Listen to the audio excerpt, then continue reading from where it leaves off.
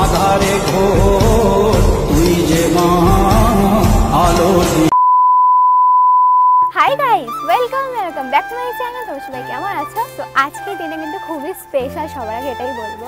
আর এই দেখো পুরো রেডি হয়ে গেছি, যাবো একটা স্পেশাল জায়গায়। বেরিয়ে পড়েছি বাড়ি থেকে। আজকে কিন্তু ফ্যামিলি নিয়ে বেরিয়েছি অবশ্যই। দেখো আজ আমি, ভাই, মা একা নেই, বাবাও আছে আমাদের সাথে। যেমন কি থাম্বনেল দেখে বুঝেই গেছে যে হ্যাঁ আজকে আমরা বড় মার কাছে ফর দ্য ফার্স্ট টাইম। তাই খুবই এক্সাইটেড। সবাই বেরিয়ে পড়েছি বাড়ি থেকে। এবার যাবো অটো স্ট্যান্ডে। সবার প্রথমে যাবো একটা স্টেশন। প্রচণ্ড দেরি করে ফেলেছি, সো চলো গাড়িতে ওঠা যাক।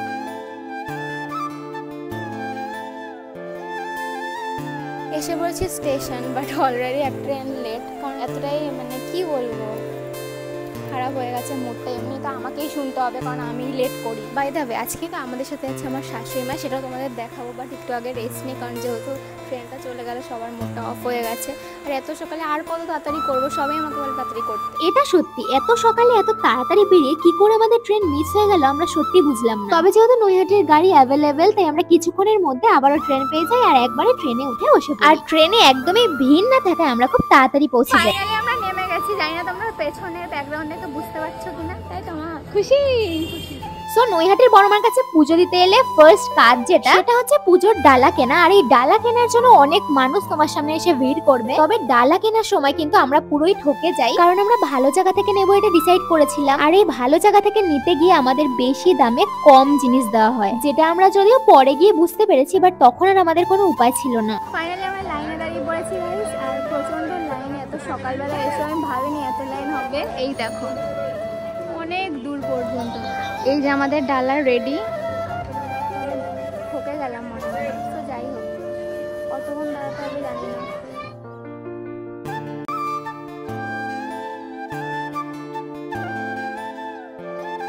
সো দাঁড়িয়ে আছে লাইনে অনেকক্ষণ ধরেই। একটু লাইন কমছে না, সামনে এগাচ্ছেই না। আর এতক্ষণ ধরে দাঁড়িয়ে আছি আমরা রোদে। কষ্ট তো করতেই হবে পুজো দিতে এসে, তাই না? তো যাই হোক, এই দেখো আমাদের ডালা, যেখানে অনেক কম কিছু দিয়েছে। আমি আবার এক্সট্রা কিছু জিনিস কিনলাম। ভিড়টা জাস্ট দেখো। এখনো মন্দিরের কত দূরে আমরা, কখনো হবে, কখন একটু দেখতে পারবো বড় মাকে, আমি সেটাই ভাবছি। তবে লাইনে দাঁড়িয়ে থেকে আমরা একটা জিনিস লক্ষ্য করি, হঠাৎই একজন রাস্তার মধ্যে সমস্ত ঠাকুর দেবতার ছবি আঁকছিল। আর আঁকাগুলো কিন্তু সত্যি খুব সুন্দর ছিল। ফাইনালি আমরা অনেকটাই মন্দিরের কাছাকাছি চলে এসেছি। সত্যি বলতে এত ভোরবেলা গিয়েও যে এত ভিড় হবে আমি এখনো পর্যন্ত ভাবতে পারছি না। তবে আমি 3 বছর নৈহাটি কলেজে পড়েছি, বাট আমার একটা বছরও সুযোগ হয়নি যে আমি বড়মার কাছে গিয়ে পুজো দেব। হয়তো বড়মা ডাকেনি তাই যাইনি, এটাও হতে পারে। তবে রিসেন্ট পুজো দেওয়ার ইচ্ছা না খুব হচ্ছিল, আর তাই বড়মার ডাক হয়তো অস্বীকার করতে পারিনি, চলেই গেছি। তবে 1.5 থেকে 2 ঘন্টা লাইনে দাঁড়িয়ে থাকার পর আমরা কিন্তু ভেতরে ঢুকলাম। আমরা ঢুকে গেছি গাইস।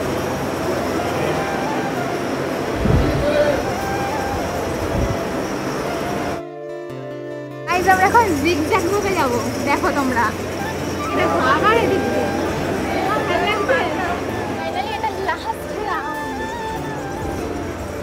সো ফাইনালি ঢুকে গেছি মন্দিরের ভেতর। আর ওইদিকে আমরা জিগজ্যাগ করতে করতে আপাতত লাইনে আর পুরো ঠাকুরের সামনে পৌঁছাবো। এখন পৌঁছাই পারি তাহলে অবশ্যই তোমাদের বড় মাকে দেখাবো বা দর্শন করবো লুকিয়ে লুকিয়ে, কারণ আমি শুনেছি যে ক্যামেরা করা যায় না।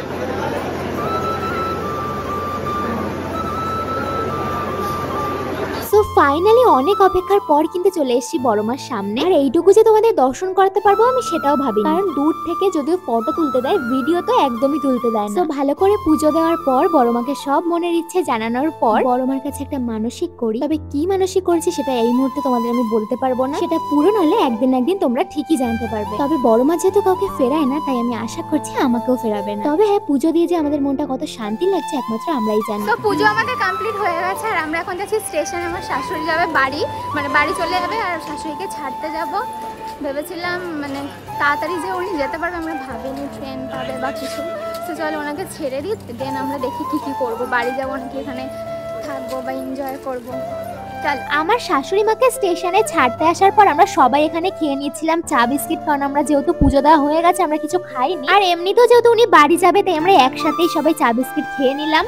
তারপর আমরা খাচ্ছি এখন বিস্কিট। আর এখন আছি আমরা স্টেশনে।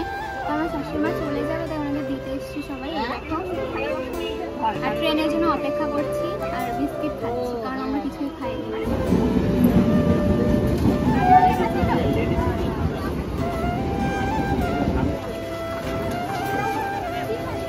এই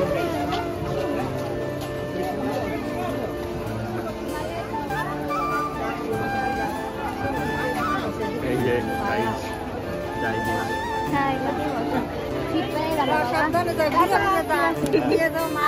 তো আমার শাশুড়ি মাকে ছেড়ে দিয়ে আসার পর আমরা 4 জন মিলে চলে এসেছিলাম গঙ্গার ঘাটে। আসলে সবার কাজের মধ্যে ফ্যামিলি নিয়ে টাইম স্পেন্ড করা না একদমই হয় না। তবে যেহেতু শাশুড়ি মা বাড়ি চলে গেছিল সেই ক্ষেত্রে আমাদের সবারই একটু হলেও খারাপ লাগছিল, কারণ আমরা বেরিয়েছিলাম বাড়ি থেকে 5 জন আর মাঝখান থেকে উনি আমাদের সঙ্গে নেই। তো যাই হোক, গঙ্গার ঘাট থেকে ঘুরে আসার পর পাশেই ছিল একটা চায়ের দোকান, যেখান থেকে বাবা মা চা খেয়ে নিল। যদিও আমি খাইনি, তবে চা খাওয়া হয়ে যাওয়ার পরে কিন্তু সবাই মিলে চলে গেলাম একটা কচুরির দোকানে। সেখান থেকে বেরিয়ে আবার সবাই মিলে চলে গেলাম আমপোড়া শরবত খেতে। যদিও সবাই না, আমি মেন খাবো, কারণ দুধ চা বা কচুরি কোনোটাই আমি খাই না, আমার খুব গ্যাসের প্রবলেম হয়, তাই জন্য মেন আমি একাই খেতে এসেছিলাম। বাট আমপোড়া শরবতটা এতটা দারুণ ছিল, শেষমেশ গিয়ে মায়েরও পছন্দ হয় আর মা তাই একটা নিয়ে নেয়। তবে সত্যি বলছি দারুণ ছিল আমপোড়া শরবতটা, তোমরা যদি কখনো যাও তাহলে অবশ্যই ট্রাই করো। এতটাই রোদের তাপ, আমি ঘোমটা দিয়ে ফেলেছি। আর এখন আমরা যাবো একটা কভার কিনতে, মানে ফোনের কভার। আমাদের কভার খুব দরকার, বিশেষ করে আমার মায়ের। আমারটা তো আছে, তো আমি ভেবেছি একটা নতুন কিনে দেবো, কারণ আমার এই নতুন ফোনটা কেনার সময় একটা কভারই কিনেছিলাম। এই দেখো মা এখানে পছন্দ করছে ব্লাউজ এই দোকান থেকে, আর আমি আবার পেছনে বসা। আর এখন আমার এবার একটা মানে ফোনে কভার কিনতে, কারণ মায়ের প্রচণ্ড দরকার, যেটা তোমাদের বললামই। তো এত রোদের মধ্যে গাইস পুজো আমরা বললাম অনেক তাড়াতাড়ি কমপ্লিট হয়ে যাবে, এখনও তো আমি কিছু খাইনি। ওরা তো খেয়েছে। কি খেয়েছিস ভাই? ভালো খেয়েছে, আমাকে স্বাদেও নি, মানে আমি খাবো না বলে স্বাদেও নি। পছন্দ হলো না হে বাবা। সো গাইস, বড় মার কাছে পুজো দিতে এসে দেখো দুটো জিনিস আমরা কিনেছি। এটা হচ্ছে আমার মায়ের ফোনে অনেকদিনই কভার ছিল না, আর আমি নতুন আমার এটা নিলাম, কারণ এর আগে যেটা ছিল আমার ওটা মানে আস্তে আস্তে সবকিছু উঠে যাচ্ছে। আর এখন আমরা আছি স্টেশনে, এখন আমরা ট্রেন ধরে বাড়ি যাব। আর দেখো কভারটা কেমন আছে অবশ্যই কিন্তু জানিও। আর আমার মায়ের কভারটা এটা নিলাম, কারণ এগুলো নিলে না মানে পড়ার চান্সটা খুব কম থাকে আর কি। আর এটা আমি নিউ নিলাম, কারণ আমি এতদিন এগুলো ইউজ করেছি আর এখন এটা ইউজ করবো। সো ফাইনালি ট্রেনে উঠে আবার নেমেও পড়েছি। এখন রয়েছি অটোতে, মানে বাড়ি যাওয়ার পথে। তবে হ্যাঁ, সকাল সকাল আমাদের পুজো করা হয়ে গেলেও রোদটা কিন্তু মারাত্মক ছিল। রোদে যে আমাদের অবস্থা কি পরিমাণে খারাপ হয়েছে সেটা একমাত্র আমরাই জানি। তো এখন কেনাকাটা হচ্ছে, মানে কোনো ঠান্ডা কিছু নেওয়ার বাড়ির জন্য, বনুদের জন্য।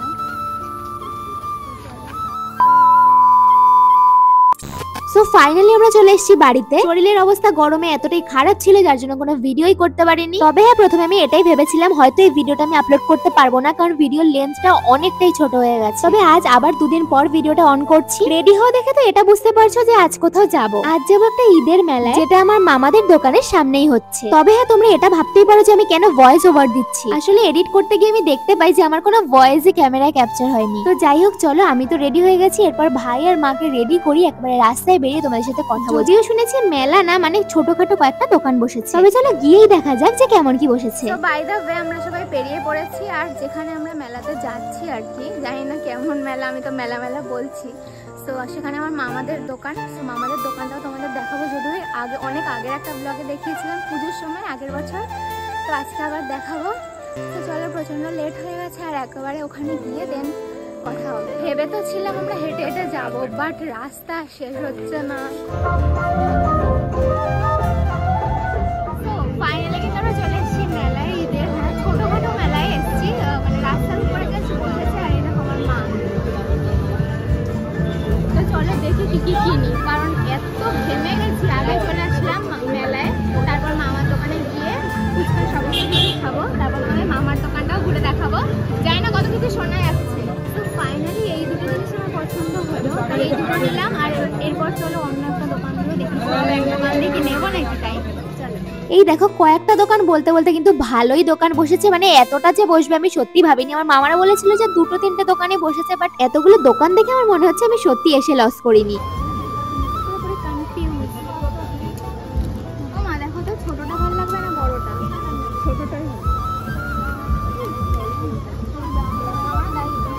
তো আমার টিপ এতটাই দরকার ছিল, যার জন্য আমি এই যে কালারিং টিপ পেয়ে গেছি। মেলা ছাড়া তো এটা খুব একটা পাওয়া যায় না, তাই একবারে দুটো নিয়ে নিলাম। এই দেখো কতটা কি শুনতে পাচ্ছি আমি জানি না। ভাই, 1-2টো জিনিস কিনতে গিয়ে যে আমি কত জিনিস কিনে ফেলি তার কোনো ঠিকই থাকে না। আমার মায়ের শেষ পর্যন্ত কতগুলো টাকা গচ্ছা হয়ে যায়। এখানে যা তোমরা দেখতে পাচ্ছ শুধু এইটুকু না, কিন্তু আমি আরো অনেক কিছু কিনেছি যেটা হয়তো শেষ পর্যন্ত আমি দেখাতেই পারিনি তোমাদের। কেনাকাটা হয়ে গেছে, এবার আবার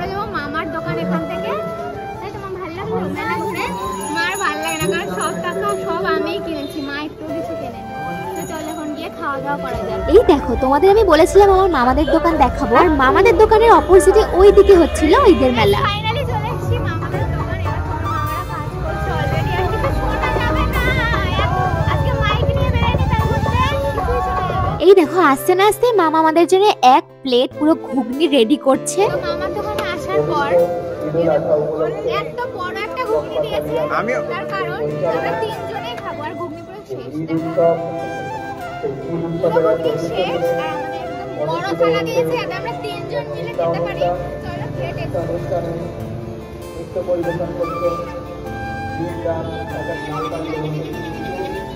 তো গাইস, এখানে ঘুগনি খাওয়ার পর মামা দিয়ে দিয়েছে আমাদের দই ফুচকা। এখন এটাও টেস্ট করবো, অলরেডি টেস্ট করে ফেলেছি। মার ভাই আগে নিয়ে নিয়েছে, এবার আমি তোমাদের সামনে দেখ।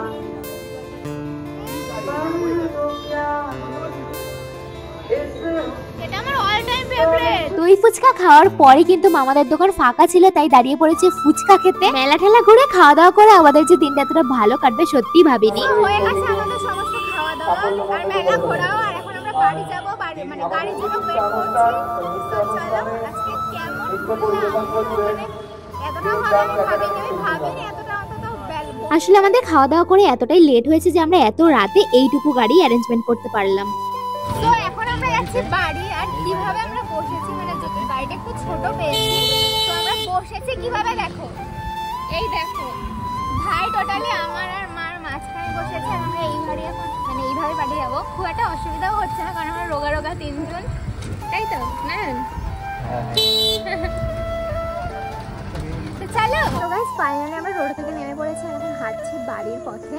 আর সত্যি বলতে আমি তো ভাবিনি যে চারটে 5টা দোকানের থেকে আমার মানে একটু বেশি বসেছিল। আমি তো ভাবিনি এতটা, আমি একটা দুটো ভেবেছিলাম। আর দেখতে দেখতে আমার অনেকগুলো কেনাকাটা হয়ে গেছে, একটু একটু করতে করতে অনেকগুলো হয়ে গেছে। আমি ভেবেছি হয়তো একটা কি দুটো দোকান বসবে, এতগুলো বসবে আমি সত্যিই ভাবিনি। তবে শুনেছি এর আগে নাকি আরও বসতো, আর আমার মামার দোকানের ওখানে যেটা তোমাদের বললামই আর কি। সো গাইস আজকের ভিডিওটা এতটাই। ভিডিওটা কেমন লাগলো অবশ্যই কিন্তু কমেন্টে জানিও, আর এরপর তোমরা কি ভিডিও দেখতে চাও সেটাও কিন্তু জানাতে ভুলো না। দেখা হচ্ছে নেক্সট কোনো ভিডিওতে। তোমরা ভালো থেকো, সুস্থ থেকো, আর আমার ভিডিও দেখতে থেকো। বাই।